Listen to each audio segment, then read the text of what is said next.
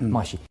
انتقدوك نقد لاذع على هذا البرنامج. نعم. من ضمنهم المقدم البرامج احمد البشير. نعم. في اكثر من حلقه تناولك، أنا أقول لك تناول مفرداتك. نعم. وقام يطلع لك طفشات معينه. طيب حتى قالوا كثير من الفنانين انه بكل صراحه غير ابو العباس من خلال جمل معينه كلمات معينه عنده ايحاءات وايحاءات جنسيه. طيب خلنا اقول لك انا ممكن ان اسقطك.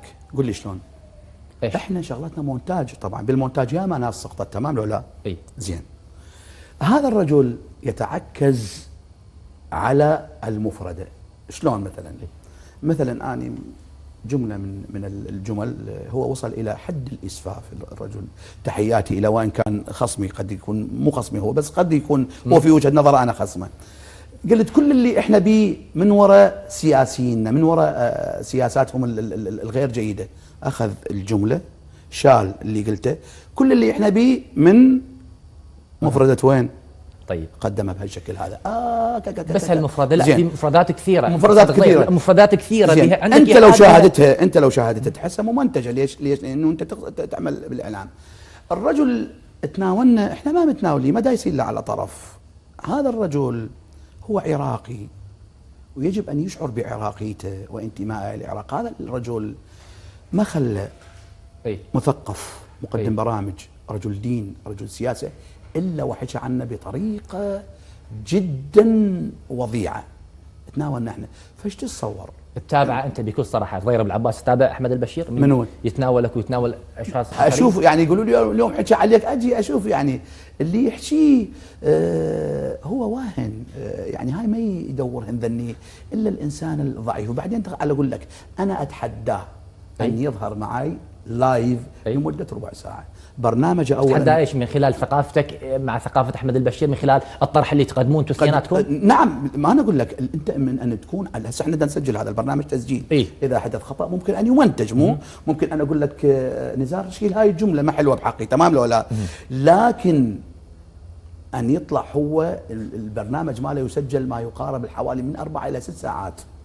اسمعني، لازم تتابع زين انت احمد. اسمعني، من نقل تابع لازم زين. نقل عن لازم زين. لا مو هاي البرنامج يسجل مالته في عمان. طيب يكتبون له 3 4 زين. طيب الجمهور اللي حاطه هذا الجمهور بفلوس، زين. ايش ما ادري بفلوس الجمهور؟ قالوا لك الجمهور هاي شنو؟ يعطونا فلوس لو ايش؟ هاي شنو؟ يعني تصور اني من الدرجه، يعني بهالدرجه من الغباء ما اعرف انه الجمهور اللي نجيبه نعطيه فلوس ما نعطيه فلوس؟ يعني يكون الناس ينطون للجمهور فلوس؟ طبعا. طبعا. من هم هؤلاء؟ هذا الجمهور اللي كان يجي مثلا بقناه السومريه البرنامج، اكو واحد بفلوس، اكو واحد مسؤول عن الكومبارس يجيهم كل واحد كذا حتى يصفقوا لهم مثلا؟ طبعا. صفقوا لي هنا، صفقوا، يلا صفقوا كيو، صفقوا يبدي كيو. طيب زين استاذ، خلنا اكمل لك. هذا الرجل 6 ساعات، انا دا اطلع على المباشر ساعه كامله اربيز باذاني ملاحظات المخرج، الاعداد اللي عندي، واطرح قضايا ساخنه يعني تتعلق بالوطن. الوطن قد ما كان قاب قوسين او ادنى من الضياع. زين، متى كان مثلا هو مع طيب مع العراق؟ طيب انا وياك، بس ليش مثل احمد خلينا نقول لي منتج، ليش تشتم على الهواء، تشتم بمفردات؟ ليش يعني هالمفردات تطلع على التلفزيون يشاهدها مثلا الام الاب العراقي الاطفال؟ ليش السب هذا؟ انا اضرب مثلا ليش بيها تشتم قاعد؟ قول لي اللي آوى الارهابي، اللي آوى القاعده، اللي آوى داعش، شو تسميه؟ مو شرط الا تشتم، ارهاب. شو تسميه؟ ارهاب. بس اكو بعض من يقول غير ابو العباس قاعد يشتم على الهواء. طيب هؤلاء مقدمين البرامج اللي قاعد يتناولون الارهاب ويتناولون داعش، الحمد لله خلصنا منهم بزود الابطال، سميناهم بس ما يشتمون. لا سميناهم بمجرد يعني بكثير من المسميات، المسميات.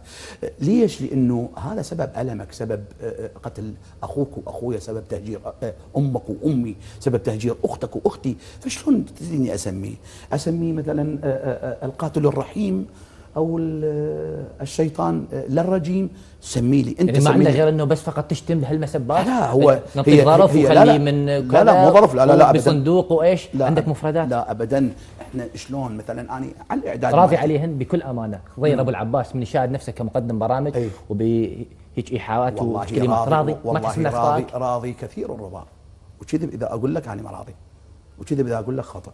اذا انت راضي عن هذا الموضوع خلاص راضي. هو ايش اخذ هو مثلا؟ الشطيطيط مثلا اخذها، مو انت لازم تشوف الحلقه اللي منتج هو من عندها. انت لا تلومني اني. طيب هذا مونتاج ممكن ان اسقط كثير من يا ما سقطوا شخصيات وطلعت مو هي هاي الحقيقه. مو هي. طيب مو هي. تحياتنا لاي شخص ينقدنا، احنا نقول نحييه، واللي ما يحبنا يا رب يحبنا والله يهدي على حبنا، بس انت كضير بالعباس راضي على نفسك وراضي على هاي الكلمات. الحمد لله والشكر. خلاص.